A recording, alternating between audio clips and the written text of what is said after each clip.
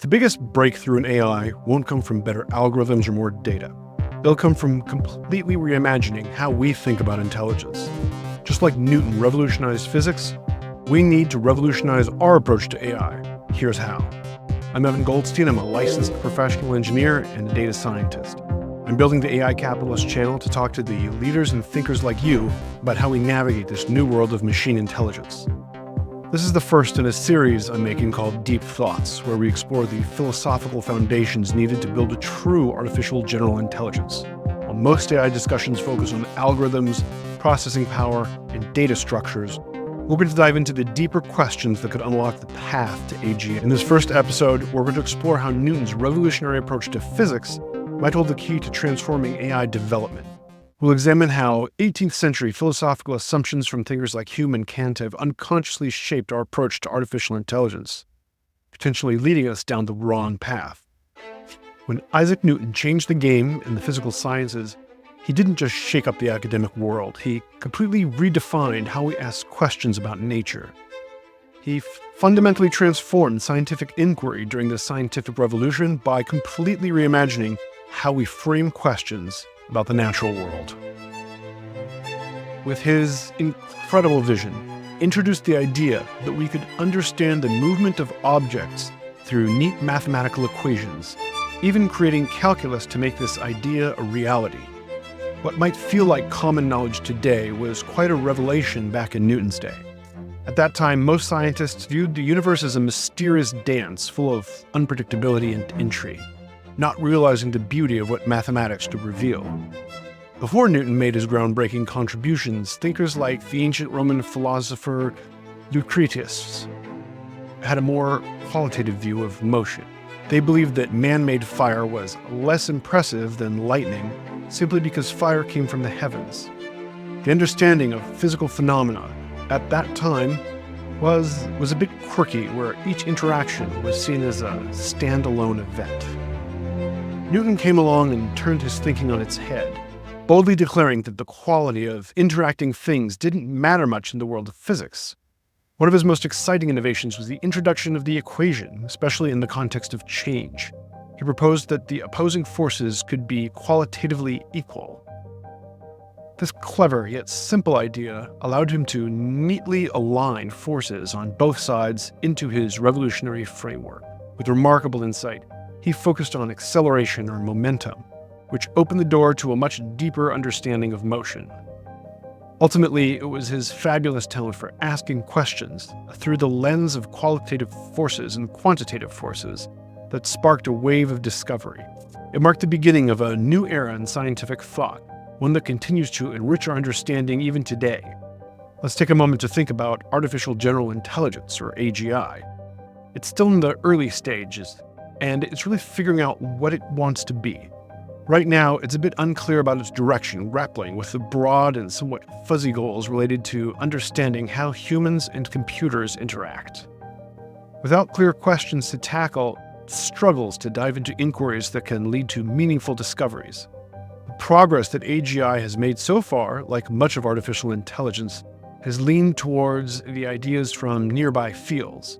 For example, psychology and cognitive science work to unravel human thoughts and reasoning, helping to predict how people may behave. Meanwhile, psychiatry examines these questions through the lens of what is considered normal or healthy behavior. Sociology adds to this conversation by looking at larger societal patterns. Each of these disciplines brings valuable insights and ideas that can really boost AI research. I'm looking forward to a world where these influences play a vital role in unlocking the amazing potential of AGI and moving us towards a future where machines can learn and grow just like we do.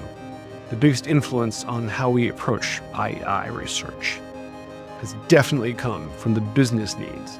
It aims to meet nowadays the guiding principles that really shape how we view an AI model success, our repeatability and reliability, and the commitment to hit specific performance goals or standards. These ideas have woven into what we call the state of the art, which sets performance benchmarks based on metrics defined by humans. The goal here is to mirror an expected pattern of correct behavior. while these benchmarks are very handy in real-world applications, achieving a perfect success rate on a repetitive task can be much more financially rewarding than dealing with occasional flaws. It's important to remember that humans don't typically think in terms of probabilities or performance optimization. Instead, we often jump to quick conclusions that seem good enough, only adjusting our views when we really have to. Social feelings like pride and ego can be frustrating. They can lead us to hold on to some pretty irrational beliefs. Plus, we can be a bit lazy or overly cautious when exploring the world around us. And if you feel that you're getting value from this episode, I would appreciate it if you would push the like button. Pushing like lets me know that I'm making the content you want to see, and it helps spread that content to others. Unlike a warehouse robot that might perform the same task over and over again, we don't usually repeat the same activity thousands of times. So trying to optimize our performance by just a percentage point doesn't really matter much in our daily lives. While accuracy and reliability are the key for things like work or robots, they're not always the main focus in our personal journeys. What often gets overlooked can speak volumes to the desire for groundbreaking creativity or deep spiritual exploration. But it feels a bit foreign in the world of business. Instead, those rare and special behaviors are frequently brushed aside as outliers that don't fit the mold. For example, a joke is only considered funny if over 20.1% of people rate it as such. Private jokes seem to vanish in this scenario. The focus on precisely creating three-dimensional spaces and high-resolution videos is driven by their marketability. Business needs to have carved out these standards, influencing funding decisions and research and shaping the whole landscape in ways that reflect these productivity goals. It is fascinating to see how large language models have gained such popularity. This wave isn't just due to new technology, after all. The transformer architecture at the root of large language models like ChatGPT and others have been around for nearly a decade. Instead, it's all about how well these models are being delivered to consumers. Now, with business funding playing such a big role in guiding research, it's easy to see why researchers are often attracted to the glitz and glamour of venture capital. In this environment, key questions driving the field are likely to remain pretty consistent. When paradigms shift, we often notice exciting changes in how we perceive both the challenges we face and the solutions that crop up. Any major transformation in a field invites us to take a step back and reassess its foundational assumptions and objectives, leading us into a bit of a philosophical thought. However, some in the AI research community seem to regard philosophy as a relic of the past. For them, questioning these core beliefs can feel like an annoyance, a distraction, or even an obstacle to more fruitful endeavors. Yet, history tells us that all significant scientific breakthroughs and revolutions of any sort have flourished by reimagining these essential ideas. It's easy to feel optimistic about making small improvements to our current technology. There's a certain comfort in working within familiar assumptions as they provide a solid base for productive efforts. However, sticking too closely to the status quo can hinder our ability to think outside the box. After all, why would we bother creating a robot that can enjoy music like humans do? It raises the question, how is that even going to make money? Over the last 100 years, our insights into human psychology and intelligence have truly transformed the way we think. Breaking down old barriers and challenging long-held beliefs, one of the most eye-opening lessons in AI comes from our shift away from the tidy logic towards a more messy, connection-based approach. This change in perspective has been incredibly rewarding, leading to the remarkable success of deep learning models that we see today. But let's be real. There are a bunch of old-school philosophical ideas about AI that have stuck around since the 18th century. These ideas didn't just pop up out of nowhere. They came through the scientific method that researchers use in their work. The whole concept of the rational agent is more of a fantasy than anything else. It's like an ideal that scientists dream of hitting, rather than what us humans are really like. When you think about it, a Bayesian calculator, that being an algorithm that makes decisions purely based on precisely calculating probabilities of a particular answer being true, is almost a totally foreign concept in day-to-day life. Honestly, you'd have to be pretty stubborn to believe that Bob down the block is doing complex Bayesian math and sorting through probable outcomes when he's trying to figure out if he should get a new puppy or not. The 18th century Scottish philosopher David Hume didn't think so. Hume fundamentally shaped the modern ideas of empiricism and skepticism. Hume is especially significant for his influence on how AI researchers conceptualize human belief and reasoning. He felt that the human mind made its decisions through its emphasis on statistical probability as the foundation of human reasoning. While he recognized that people don't actually make decisions based on a preponderance of the evidence, he dismissed this fact as mere human weakness rather than questioning his own theoretical framework. AI has a delightful fascination with statistics and probabilities, all thanks to its strong roots in data science. And the insights from the great philosopher David Hume, this 18th century Scottish philosopher, fundamentally shaped modern ideas of empiricism. Hume had a unique way of looking at human belief, suggesting that our minds naturally connect with what seems statistically most likely to happen. While that's a fascinating take, it can sometimes make it tricky to differentiate between the reliable methods of data science and the way that we really think as human beings. It's mixing our expectations of what should be with what actually is.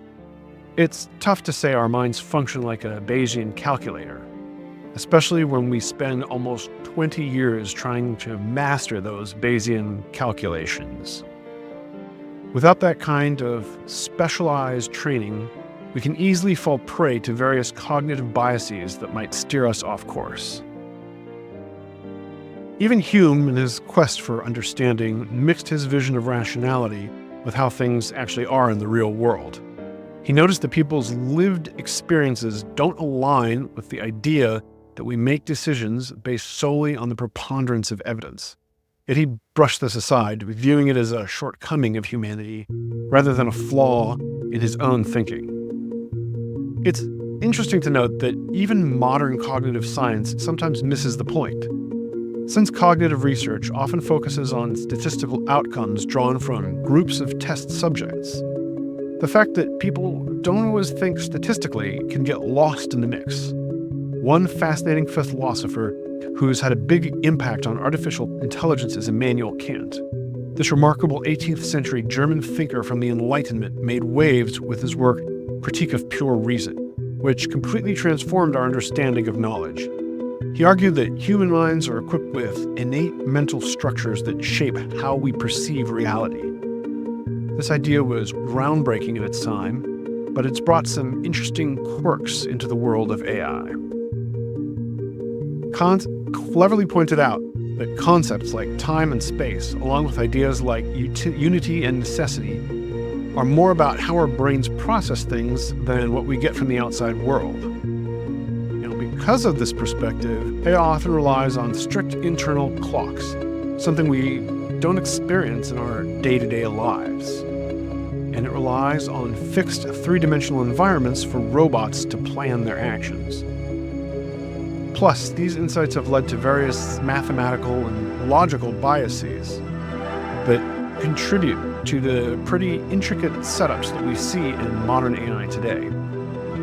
Kant himself was never able to account for how those concepts of time, space, or causation could migrate from being forms of understanding or perception, i.e., how your mind innately processes information, to concepts and understanding, i.e., how you consciously think and talk about them. Your brain may work in time, but that does not mean that you would ever know about time any more than a clock could. Kant felt it was a magic intuition, an innate feeling for time and space given to the brain alongside its experiences. This principle is still widely adopted across AI research, despite the fact that it has no explanatory power. nor can it be practically implemented. Kant had a bit of a puzzle in his hands when it came to understanding how concepts like time, space, and causation transition from being ways our minds interpret information into actual ideas when we think and talk about them. Just because our brains operate within the framework of time doesn't mean that we're fully aware of it, much like how a clock itself doesn't truly comprehend time. He referred to this as a kind of magical intuition, suggesting that we possess an innate sense of time and space informed by our experiences. Interestingly, this idea is still embraced in AI research today, even though it doesn't really clarify much or lend itself to practical application.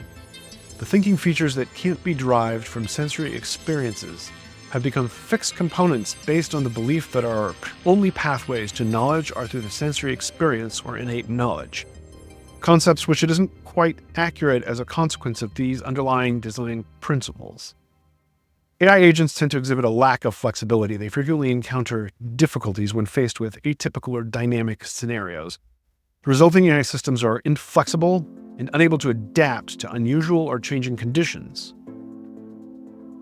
Like when a classification system loops back on itself, trying to decide if a tomato is a fruit or a vegetable when fruit and vegetable aren't clearly defined, or when logical reasoning breaks down because the terms aren't clear. Like in the classical argument, all humans are mortal. Socrates is a human, therefore Socrates is mortal.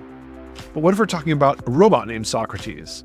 This gives them a bit of a bad reputation, making them seem like closed-minded stereotypes of robots. They're rigid, lacking in creativity, and only effective in very limited, predefined settings. Computationalism, the philosophical view that the human mind works like a computer processing information, has also had an influence on AI, though in an unexpected way. The takeaway that AI has gleaned from this philosophy isn't just about the idea that intelligence can be processed on hardware, which I think is a fair assumption, but also that intelligence and computation share some similarities. This idea wasn't originally a core part of computationalism. It was more of a subtle suggestion. As a result, we've ended up with rigid pathways for perception, planning, and action.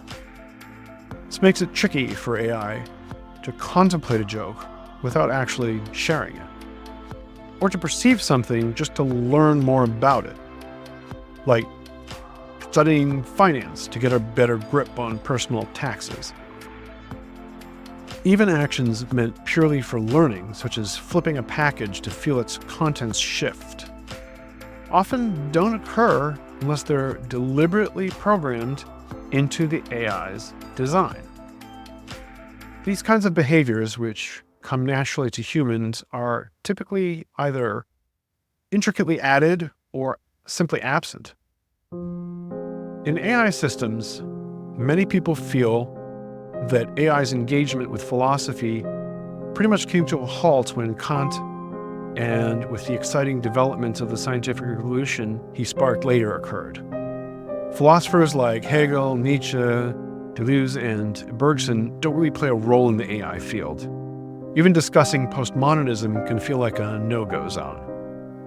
Students studying science are so thoroughly immersed in the principles of empiricism, the belief that all knowledge must come from observable, measurable evidence, that they quickly start to see human intelligence through that scientific lens.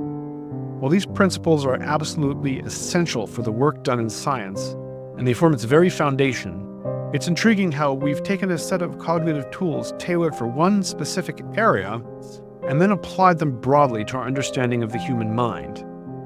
Human perception and cognition encompass so much that simply doesn't boil down to Bayesian calculations. While philosophical concepts can be fascinating, like Hegel's idea that opposing viewpoints can combine to create deeper truths, or Husserl's method of finding the pure essence of human experiences, these abstract ways of thinking often don't mesh with the practical needs of research and business outcomes. In this realm, there's a wonderful overlap between commerce and scientific empiricism. Researchers thrive on having clear, quantifiable measures and definite goals to guide their everyday puzzle solving. Similarly, businesses rely on measurable outcomes to forecast financial success. It's all about finding that balance and working together for better results. In philosophy, there's a unique freedom to question our theoretical beliefs, all while diving into a wide array of key topics and ideas that many others might overlook. It's fascinating to think about how the field of artificial general intelligence, AGI, hasn't clearly defined its assumptions, or even what it really focuses on, which invites us to rethink what those assumptions should be. Imagine how a fresh perspective, like a Newtonian shift, could lead us down an exciting new path, opening up a whole new way of thinking built on foundations we might not have noticed before.